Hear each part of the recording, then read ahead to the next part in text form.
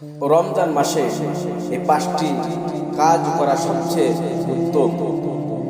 লক্ষ্য করুন, নাম্বার 1, বেশি বেশি তওবা করা, অর্থাৎ তওবাকারীকে আল্লাহ রাব্বুল আলামিন বেশি পছন্দ করেন। নাম্বার 2, চুপ থাকা, অর্থাৎ কথা কম বলা, প্রয়োজন ছাড়া কথা না বলা। নাম্বার 3, মেসওয়াক করা, অর্থাৎ ইফতার সম্মুখীন নিয়ে যখন বসবেন আপনার মুখ থেকে একটা দুর্গন্ধ বের হবে। এই দুর্গন্ধকে আল্লাহ রাব্বুল আলামিন জান্নাতের মধ্যে মিশক আম্বরের চেয়ে অধিক সুঘ্রাণ করে ছড়িয়ে দেবেন। সুবহানাল্লাহ।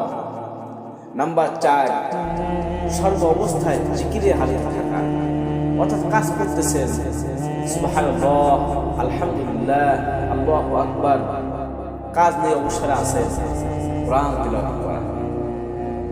নাম্বার 5, ইফতার সম্মুখীন নিয়ে আল্লাহ তাআলার কাছে দোয়া করা, অর্থাৎ ইফতার সম্মুখীন নিয়ে যখন আল্লাহ তাআলার কাছে দোয়া করবেন, আল্লাহ রাব্বুল আলামিন সেই দোয়া কবুল করে থাকেন।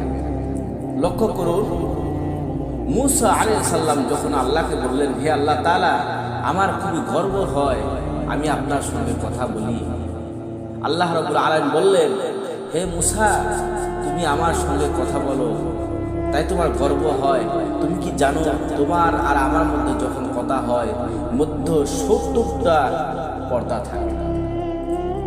মূসা সাল্লাম বললেন, না তো। তখন আল্লাহ তাআলা বললেন, হে মূসা, তুমি জেনে রাখো, শেষ জামানার যারা পয়গম্বর হবে, শেষ জামানার পয়গম্বর নবী জনাবে মুহাম্মদ রাসূলুল্লাহ সাল্লাল্লাহু আলাইহি সাল্লামের যে উম্মত হবে, তার যে রোজা পাবে, সারাদিন রোজা রাখবে, সেহরি খাবে, রোজা রাখবে, ইফতার সম্মুখীন নিয়ে যখন আমার কাছে দোয়া করবে, সেই দোয়াকে আমি আল্লাহ রাব্বুল আলামিন কবুল করব।